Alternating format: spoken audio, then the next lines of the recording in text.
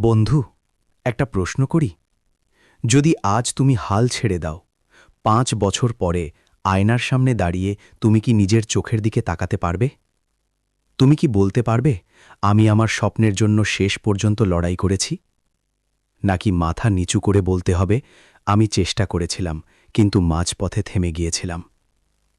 আজকের এই ভিডিওটা তোমার জীবনের একটা টার্নিং পয়েন্ট হতে পারে, তাই ভিডিওটা শেষ পর্যন্ত দেখো। Part 1, reality check. সত্যটা খুব কঠিন। এই পৃথিবীতে কেউ তোমার স্বপ্ন পূরণ করে দেবে না। না তোমার বন্ধু, না তোমার আত্মীয়, না সমাজ। সবাই শুধু একটা প্রশ্ন করবে, তুমি জীবনে কি করেছ? কেউ জিজ্ঞেস করবে না তুমি কত কষ্ট করেছ। এই পৃথিবী শুধু ফলাফল দেখে। তাই যদি তুমি আজ পড়াশোনা না করো, আগামীকাল তোমাকে তার মূল্য দিতে হবে। Part 2, the pain of regret. জীবনে 2 ধরনের কষ্ট আছে। একটা হলো পরিশ্রমের কষ্ট, আর একটা হলো পশ্চাতাপের কষ্ট। পরিশ্রমের কষ্ট কয়েক মাস বা কয়েক বছর থাকে, কিন্তু পশ্চাতাপের কষ্ট সারা জীবন থাকে। ভাবো তো, যেদিন তোমার বন্ধুরা সফল হবে আর তুমি তখনও বলবে, যদি আমি একটু বেশি পড়তাম। এই যদি শব্দটাই মানুষের জীবন নষ্ট করে দেয়। Part 3, your future self. চোখ বন্ধ করে কল্পনা করো, 5 বছর পরে তুমি কোথায়? তুমি কি একজন সফল মানুষ, নাকি এখনো বলছো, সময় পাইনি, সুযোগ পাইনি? সত্যি কথা হলো, সুযোগ তৈরি করতে হয়, আর সেই সুযোগ তৈরি হয় প্রতিদিনের ছোট ছোট পরিশ্রম দিয়ে। আজ 2 ঘন্টা পড়া, আগামীকাল 3 ঘন্টা পড়া।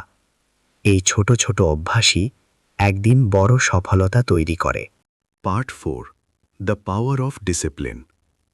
মোটিভেশন সবসময় থাকবে না, কিন্তু ডিসিপ্লিন থাকলে তুমি থামবে না।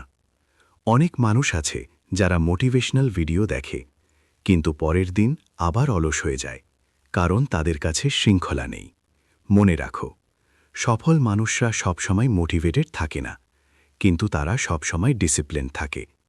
যেদিন মন চায় না, সেদিনই পড়া সবচেয়ে জরুরি, কারণ সেদিনটাই তোমাকে অন্যদের থেকে আলাদা করে। Part 5, ignore ডিস্ট্র্যাকশনস। আজকের সবচেয়ে বড় সমস্যা হলো ডিস্ট্র্যাকশন। মোবাইল, সোশ্যাল মিডিয়া, অপ্রয়োজনীয় ভিডিও।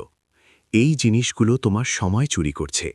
একটা কথা মনে রাখো, যে জিনিস তোমাকে 5 বছর পরে সাহায্য করবে না, সেই জিনিসে সময় নষ্ট করো না। তুমি যদি আজ মোবাইলের দাস হও, আগামীকাল তোমার স্বপ্নের দাস হয়ে যেতে হবে। Part 6, the success mindset. সফল মানুষরা আলাদাভাবে চিন্তা করে। তারা বলে না, আমি পারব না। তারা বলে, আমি চেষ্টা করব যতক্ষণ না পারি। ব্যর্থতা মানে শেষ না, ব্যর্থতা মানে তুমি শিখছ। Final emotional ending. বন্ধু, একদিন তোমার বাবা মা বুড়ো হবে। তারা হয়তো কিছু বলবে না, কিন্তু তাদের চোখে একটা আশা থাকবে। তারা চায় তুমি জীবনে কিছু করো, তুমি সফল হও, তুমি তাদের গর্বিত করো। তাই আজ একটা সিদ্ধান্ত নাও। আজ থেকে আর অলসতা না, আর অজুহাত না, আর ভয় না। আজ থেকে শুধু একটা কথা, আমি আমার স্বপ্নের জন্য লড়ব। আর যদি তুমি সত্যিই লড়াই করো, তাহলে বিশ্বাস করো, একদিন এই পৃথিবী তোমাকে চিনবে।